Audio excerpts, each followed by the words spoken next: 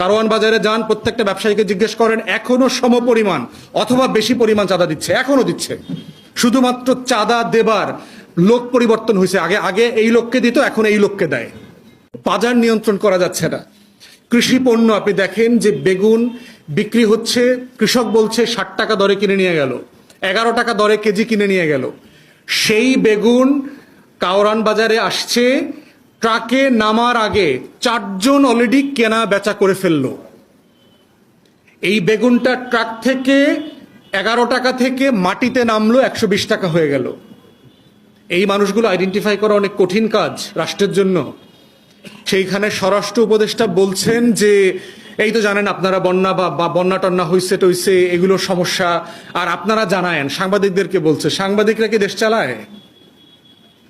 স্বরাষ্ট্র উপদেষ্টাকে বুঝতে হবে, দেশ কি সাংবাদিকরা চালায় না উপদেষ্টারা দেশ চালায়? দেশটা কে চালায়?